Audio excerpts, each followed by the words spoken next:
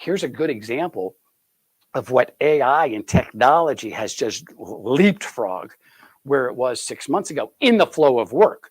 So let's go back to one of the behavioral assessments that most of you have used over some period of time in your career, which is DISC, right?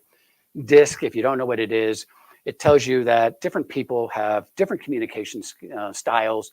They take in information differently. They're motivated differently. And if you have kids, and I said I have 5, they all are grown up under the same environment, but they're completely different and they communicate differently. So in DISC language, I am a DC, which means 30,000 feet, want to move fast, don't want to talk about your weekend, want to cut to the chase, right? Want to ask a ton of questions. And then the C part, which is analytical, kicks in. D says, yep, got it. And then my C kicks in and says, let me ask you a million questions to make sure, A, I do have it, but B, you're the right choice. So here's the situation. In the flow of work, I'm sitting in CRM and I'm talking to you. You're a potential buyer for me. And up comes the screen, says that you have a different personality type than I do. You may be a social person, right? Well, I know that's not probably one of my strengths. I can do it, but I'm a DC. That's the exact opposite. So it'll pop up and say, David, this person needs to be communicated in this manner. Because remember what I said, salespeople get paid to change the way they communicate. Buyers don't get paid to change the way they buy. And it'll remind me.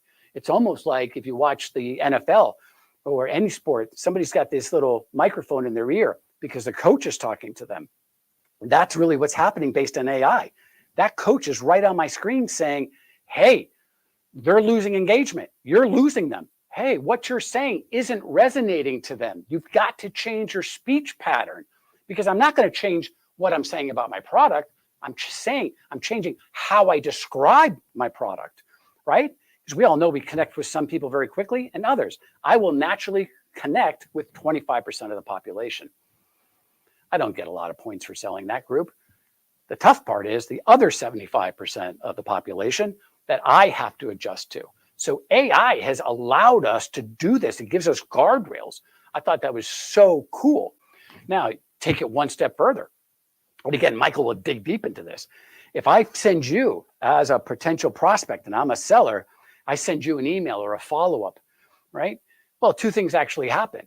One, as I said before, when I'm talking, I get, let's say, assume as just an average salesperson, once I start going, I'm emotionally involved. I will kick back to DC. The red light comes on. Hey, you got to switch your talk pattern. When I write from the world that I see, right? So as a DC, I'm writing in bullet form. You may interpret it, if that's not your personality type, is, wow, cold fish. So again, 25% of the population like it. The other ones are like, wow. So guess what? The AI tools now will say what you wrote is not appropriate for that buyer.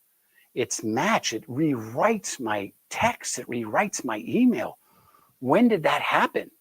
That is awesome. So there's no, I guess there's no end in sight about how technology and AI is going to help us communicate. But is that in front of the funnel?